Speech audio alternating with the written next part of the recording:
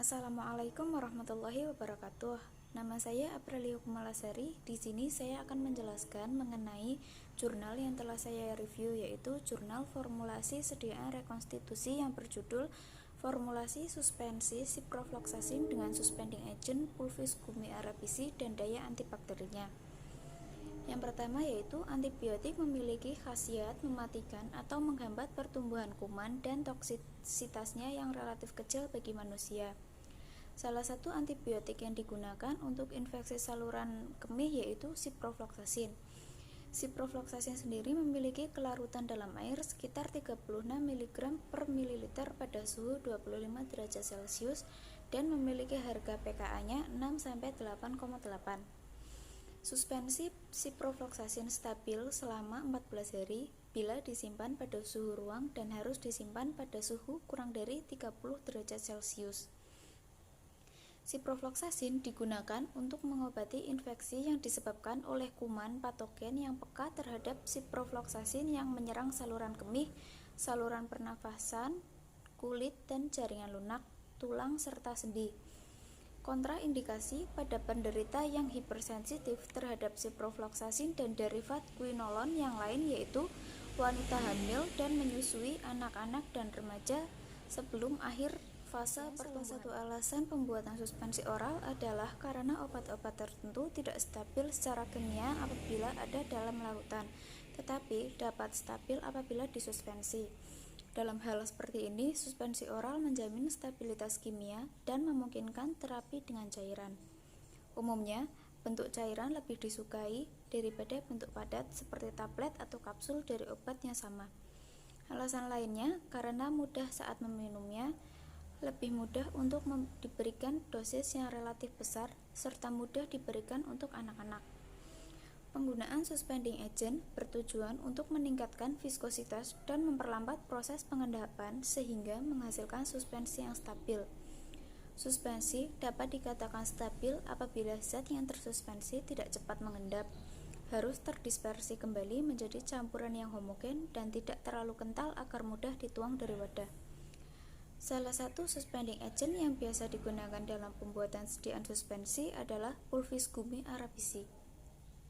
Alasan pemilihan Pulvis Gummi arabici sebagai suspending agent karena mudah larut dalam air, menghasilkan larutan yang kental dan tembus cahaya, tidak merubah struktur kimia, bersifat alami, dan dapat menghindari pengendapan. Adapun dosis dan cara pemberiannya yaitu untuk infeksi ringan hingga sedang 250 mg setiap 12 jam selama 7-14 hari, dan untuk infeksi kompleks 500 mg setiap 12 jam selama 7-14 hari. Untuk efek samping dari ciprofloxacin sendiri yaitu 1. Kadang-kadang terjadi keluhan saluran pencernaan seperti mual, diare, muntah, dispepsia, sakit perut, dan meteorisme. Yang kedua, gangguan SSP seperti pusing, sakit kepala, rasa letih, kadang gangguan penglihatan. Yang ketiga, efek terhadap darah yaitu eosinofil, leukositosis, dan anemia. Yang keempat, reaksi kulit atau ras. Yang kelima, pada penderita gangguan fungsi hati dapat meningkatkan serum transaminase. Kemudian untuk cara pembuatan suspensinya adalah PGA dilarutkan dengan air sebanyak 7 kali, kemudian ciprofloxacin dilarutkan dengan asam sitrat, natrium benzoat dilarutkan dengan air. Campuran ditambahkan ciprofloxacin dan asam sitrat sedikit demi sedikit ke dalam larutan Pulvis Gummi arabici sambil diaduk sampai homogen. Larutan sodium benzoat, natrium hidroksida, dan sirup simplex dimasukkan ke dalam campuran hingga homogen. Suspensi kemudian ditempatkan dalam tabung berskala, kemudian dilakukan pengamatan selama 2 bulan meliputi volume sedimentasi, viskositas, kemudahan dituang, ukuran partikel, redispersibilitas, dan daya antibakteri. Formulasi suspensi ciprofloxacin dapat dilihat sebagai berikut. Pengamatan stabilitas suspensi yang pertama adalah volume sedimentasi. Volume sedimentasi diamati dari hari pertama sampai hari ke-7, kemudian tiap minggu selama 2 bulan. Suspensi tersebut diukur tinggi sedimentasi dan tinggi suspensi awal. volume sedimentasi merupakan perbandingan antara tinggi sediaan akhir dengan tinggi suspensi awal. Yang kedua, viskositas. Viskositas ditetapkan dengan viskosimeter elektrik pada suhu 25 derajat Celcius. Caranya dimasukkan suspensi ke dalam wadah viskosimeter elektrik. Penetapan dilakukan dari hari pertama sampai hari ke-7, kemudian tiap minggu selama 2 bulan. Yang ketiga, kemudahan dituang. Suspensi dituang dari botol dengan kemiringan kurang lebih 45 derajat. Waktu yang diperlukan untuk mencapai volume tertentu dicatat. Penetapan dilakukan dari hari pertama sampai hari ke-7, kemudian tiap minggu selama 2 bulan. Yang keempat, ukuran partikel. Ukuran partikel ditentukan secara mikroskopik. Yang kelima, radispersibilitas. Suspensi yang telah disimpan dalam tabung berskala dengan volume yang sama digocok dengan kecepatan tertentu menggunakan alat penggocok. Waktu yang diperlukan untuk terdispersi kembali. Untuk uji mikrobiologi, formulasi suspensi ciprofloxacin dan kontrol untuk uji daya bakteri dapat dilihat pada mikrobiologi yang pertama, yaitu uji daya antibakteri dengan cara koloni Escherichia coli diambil dari biakan murni sebanyak 1 ounce, kemudian disuspensikan ke dalam media BHI cair dan diinkubasikan pada temperatur 30 derajat Celcius selama 24 jam. Biakan tersebut diambil 200 mikroliter dan dicampurkan ke dalam media BHI baru. Biakan diinkubasi selama 3-5 jam. Setelah itu, biakan tersebut diancarkan dengan aqua steril untuk disamakan kekeruhannya dengan standar MC-Farland. Yang kedua, pengamatan dan pengujian zona hambat bakteri. Pengamatan zona hambat bakteri dilakukan sebanyak 3 kali.